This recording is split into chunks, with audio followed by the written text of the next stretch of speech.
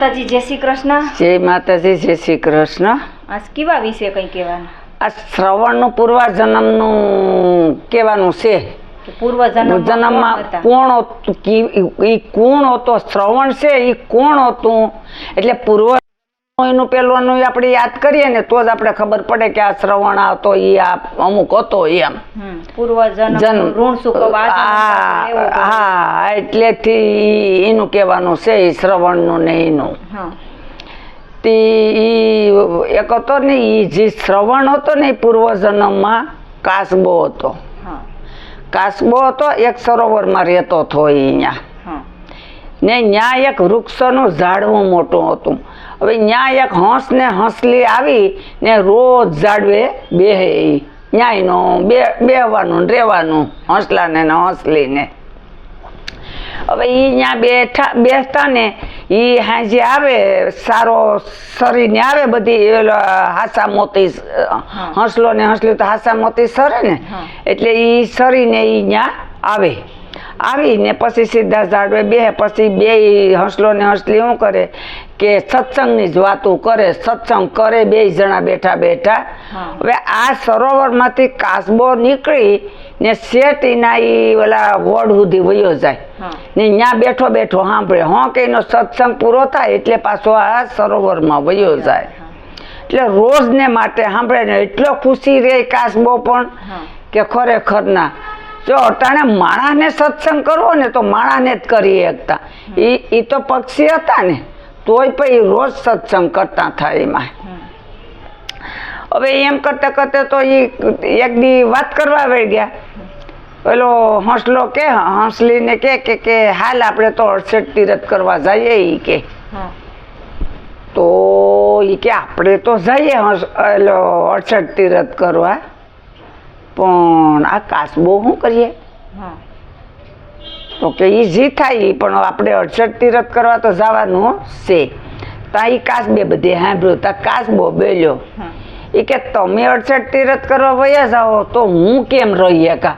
મને તો સત્સંગની ટેવ પડી ગઈ છે કે મને તો એનું વ્યસન થઈ ગયું છે કે હવે તો મને સત્સંગ કોણ કરાવીએ કે ને હું સાંભળા કે અહીં તો બીજું કોઈ સત્સંગ વાળું નથી કે તે કરે ને મને તો સત્સંગ વિના ટાઈમ જ જાય એમ નથી કે.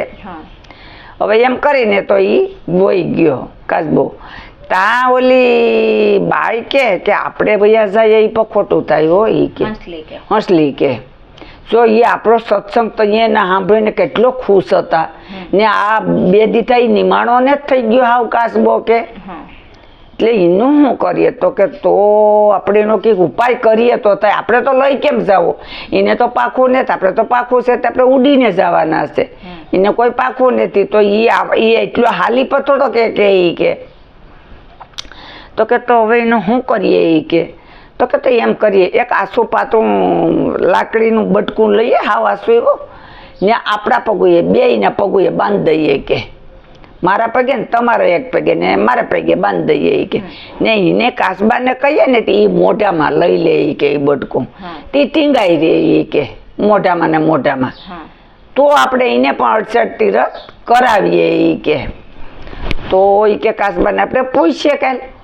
કાસબો આવ્યો બીજે દાડે કહ્યું કે જો આમ છે અમારે 68 તીરથ કરવા જવું, પણ તમારે કરવું હોય તો તમારે તો આ લાકડીનું બળિયું અમારે પગુએ બાંધીએ ને એ તમારે મોઢામાં રાખવું જોઈએ.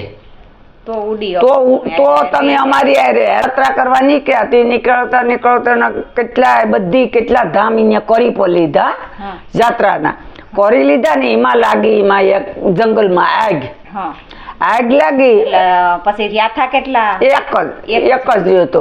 67 પૂરા છતાં ને આ 67 નો પૂરું થયું હતું ને 68 નું રહ્યું એક. હવે ઈ પછી કે તો હવે શું કરવું? ઉષા જાય એ કે તો કાસબાને ઓક્સેશન ઘટી જાય. નીચે જઈએ આપણે તો આપણે આમાં બળી જાય એમ છે. હવે શું કરવું? એમ ધર્મ સંકટમાં મુકાણા. પણ હવે એને કઈ એકલાને તો કઈ આપણે મરાહે જ નહીં કે તો હવે મરીએ તો આપણે બધા ભેગા જ ભલે મરી જાય. હવે બીજું કઈ કરવાનું નહીં. એટલે એ જંગલમાં ત્યાં ત્રણેય મરી ગયા. પછી હવે એને એક 68 તીરથ નું બાકી રહ્યું. એક તીરથ બાકી રહી ગયું. 67 કર્યા ને 68 બાકી રહ્યું. હવે એ તો એના મનમાં ને મનમાં બિસાડા અધૂરું મૂકીને પણ અહીંયા તો દેહનો ત્યાગ થઈ ગયો એનો તો બધીનો. હવે એમ કરતે કરતે તો પછી હું છું કે એને તો એમાં પેલું જાત્રાનું એને અધૂરું રહી ગયું હતું 68 તીરથનું. એટલે એને કે હવે શું આપણો પાછો અવતાર ભગવાન દેહે કંઈક તો ઠીક છે એ કે. હવે એ પછી ને એ 68 કારણ કે હતા બધી ધાર્મિક જ હતા એ 3 ઓલો સત્સંગ કર્યો હતો. સત્સંગનો મોટો મહિમા હોય એટલે એ સત્સંગ કરેલો હતો ને એટલે એને પાછો જન્મ ભગવાનને દેવો પડ્યો એને. એટલે એને ભગવાન મેં એને બે હંસલો ને હંસલી હતા ને એને મનુષ્યનો અવતારમાં દીધો ને જે આ કાસબો હતો ને એને પણ એક જ ઘેર સર્જન બધીને બનાવ્યા એક જ ઘરમાં. એટલે ઓલા હંસલો ને હંસલી કાસબાના મા બાપ છે. ઓલીદાન હંસલો ને હંસલી આને કાસબાને જાત્રા કરવા લઈ જતા હતા ને આદાના શ્રવણનો અવતારીને મેળો દીકરા રૂપી એટલે શ્રવણ લઈ જાહે હવે ઈ હંસલાને ને હંસલીનો અવતાર આ મનુષ્યનો મેળો એને. હવે ઈ કે ઈ અહીંયા અયોધ્યામાં જઈને જન્મ આપ્યો પાછો તે બ્રાહ્મણ કુળમાં. હવે એ તો જન્મ આપ્યો ને એના મા બાપ તો જન્મના અંધા હતા, અંધા જ હતા એ. હવે એ કે હવે તો મારે તો મારા મા બાપને 68 તીરથ કરાવવા મારે એમ. હવે એના મા બાપને 68 તીરથ કરાવવા હતા. પછી તો અહીંયા તો લગ્ન કર્યા હતા. લગ્ન કર્યા એ પણ એની બાઈને પણ એના માત્યની ઘેર પાસે મૂકી આવે કે એ અહીંયા હે તો મારી માને કંઈ પણ મારા મા બાપની સેવા કરવા નહીં દે એ કે. એટલે મારે ને જ જોતી બાઈ પણ એને હોપી આવ્યો એને હવારાની ત્યાં જઈને ને પછી આ બેયને આંધળા મા બાપ હતા ને એને લઈ ને કે મારે હવે એને 68 તીરથ કરાવવા કે. એટલે 68 તીરથ કરવા નીકળ્યા ત્યાંથી અયોધ્યાથી. ને આમાં આપણે શું છે કે આપણે બોલીએ બધીમાં કહેવામાં શું છે કે સરયુ નદીમાં ગળુલો ડૂબાડતો હતો આ શ્રવણ. પણ સરયુ નદીમાં નતો ડૂબાડતો, એ પાણી ભરવા ગયો હતો અહીંયા. એ સિંધુ નદી ને સરસ્વતી નદી હતી તો અહીંયા સિંધુ ને સરસ્વતી હતું. અટાણે નથી સિંધુ ને સરસ્વતી ન્યા. એટલે એ કંસમાં પી ગયા. એ 9 કેટલા લગભગ એ 900 વર્ષે કે એમ કઈક તીરથ કરતા પી ગયા એ કંસમાં. તો આ એમ કહેતા કે અયોધ્યામાંથી રાજા દશરથ રાજા આવતો ને એ મૃગલા રમવા આવતો હોય કે એ મૃગને રમાડવા નતો આવતો કોઈ, પણ એ એક વાઘ હતો ને એ માણસને ખાઈ જતો હતો ત્યાં હતો તે જંગલમાં તે એની વહેણ આસ્યો. કોણ? દશરથ રાજા. એની વહેણથી આમ દી ને રાત દોડીને એ ક્યાં પી ગયા? એ કંસમાં પી ગયો કે હાવજીની મોડમાં ને આ એની વહેણ જાય. એ કંસમાં પી ગયો. આનું આ મોત નતું શું આ શ્રવણના મા બાપનું પણ. હવે એ ત્યાં કંસમાં પી ગયા ને એ સરોવર છે ને એલો નારાયણ સરોવર ત્યાં ને કન્યાકુમારી છે ને એ ત્યાં પી ગયા ને તે આ પાણી ભરવા ગયો. શ્રવણ પાણી ભરવા ગયો ને આ ઓલાને તો હાવજ મોડમાં વયો જતો હતો. એટલે એના મને શું છે કે એ પાણી પીવા વળગી ગયો હવે. એટલે હું બાણ મારું. એટલે એવી એની વિદ્યા હતી.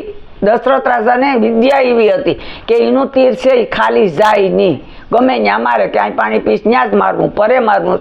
તો એ ન્યાને ન્યા જઈને મારતા તીર. એટલે એનું હાસું પડતું બધી. એટલે અહીંયા તીર માર્યું, અહીંથી તીર માર્યું તે શ્રવણને ત્યાં એને લાગ્યું શ્રવણને. ત્યાં શ્રવણ સિંહ નાખી ત્યાં પોતે સમજી જાય કે આ તો કોઈક માણસ છે એ કે. એટલે એ દોડીને શ્રવણની ત્યાં પછી ગયા દશરથ રાજા. તે એટલે પોતે પણ રેડ્યો કે આ તો મારા જ ગામના છે એ કે ને આ તો મને મામો કહેતો હોય કે શ્રવણ તો એ કે ને એ જ મરી ગયો. બહુ મેં ભૂલ કરી, મારે હવે શું કરવું એ કે આ પ્રાયશ્ચિત તો મારાથી નહીં જ થાય એ કે મેં બહુ મોટું પાપ કરી નાખ્યું એ કે. પછી એમ કરે ને ત્યાં શ્રવણ એમ કે તમે મારા મા બાપને પાણી પાયા હોય એ કે, નહીં તો મારા મા બાપ પાણી વિનાના મરી જાહે એ કે. તો કે હા હું પાણી પાયા. પણ તમે એમ કહેતા ને કે તમારો શ્રવણ મરી ગયો એમ એ કે, એમ તમે ન કહેતા અહીંયા આવી કે મારા મા બાપને નહીંતર મારા મા બાપ પાણી નહીં પી કે ને તરત જ મરી જાય ઈ કે. પછી ન્યા શ્રવણ ને ન્યા આ પાણી લઈને જાય. હા પાણી લઈને જઈશ ને તે પાણી ને આમ વયો જઈશ ત્યાં જ એની માએ કહ્યું કે મારો શ્રવણ નથી આવતો ઈ કે આ તો કોક બીજો છે હાલ, મારા શ્રવણ ને હાલ તો નિરાતની ને આ તો કોક એકદમ હાવ આવે છે ઈ કે, એટલે શ્રવણ મારો નથી લાગતો ઈ કે. પછી તોય બોલ્યા નહીં દશરથ રાજા. પછી એને કહ્યું કે ઈ તો હું છે દશરથ રાજા છે ઈ કે, ને મારે કહીશ તમારો દીકરાનું મરણ થઈ ગયું એ કે, એટલે હું પાણી લઈને આવ્યો તે તમે પાણી પી લો. પછી આ કે અમે એ પાણી તો નહીં પીએ ને પછી એને શ્રાપ આપેશ કે તને પણ જેમ અમને એ કે અમારા દીકરાનો વિયોગ કરાવ્યો એમ તારા દીકરાને વિયોગે તારું મોત થાય કે જાય એ કે. એવી રીતે એને પછી શ્રાપ એને આપ્યો એને. ને દશરથ રાજાના બાપનું નામ, શ્રવણના બાપનું ને માનું નામ શું છે એ તો આમાં કોકને જ ખબર છે, હાવ તો બધીને લાગત ખબર નથી. એનું નામ શાંતવંત છે, શાંતવંત છે. ને એની માનું નામ છે ને તે જ્ઞાનવતી છે, જ્ઞાનવતી એની માનું નામ. એટલે આ તો અમુક તો ઘણાને આપણે આવડે જ પણ ને ખબર છે, પણ આમાં જે વસ્તુ નથી આવડતી ને એ આપણે સમજાયા જેવી છે. સાંભળી હોય તો આપણે ખબર પડે. આપણે હાલો ઘણાને ખબર જ ન હોય કે એના મા બાપનું નામ શું છે, એ તો એને ખબર નથી. પૂર્વ જન્મમાં એ શું હતા એ તો ખબર જ નથી ને, એટલે આ પૂર્વ જન્મનું પેલાનું હતું, એટલે એમાંથી પછી પાછા શ્રવણ પાછામાં બેન્યા ને આવી રીતે શું અટાણે કંસમાં એની સમાધિ પાસે 3 સમાધિ કંસમાં છે. ત્યાં જો કોઈ જા કંસમાં તો એની સમાધિ જજો, ત્યાં એનું મંદિર પર છે ને સમાધિ છે. એટલે કોઈ અમુક વસ્તુ કર્મ ને આધીન હોય કે કર્મ પ્રમાણે પાછા જન્મ દેતા હોય. આને 68 તીરથ એક રોઈ ગયો, એમાં એને જન્મ પાછો પણ દીધો ભગવાને, કેમ કે એની ઈચ્છા હતી ને તે. તો આ હતી પૂર્વ જન્મની કહાની હતી શ્રવણની. તો કહાની સારી લાગી હોય તો લાઈક, શેર અને નવા હોય તો સબસ્ક્રાઇબ કરજો. જય માતાજી, જય શ્રી કૃષ્ણ.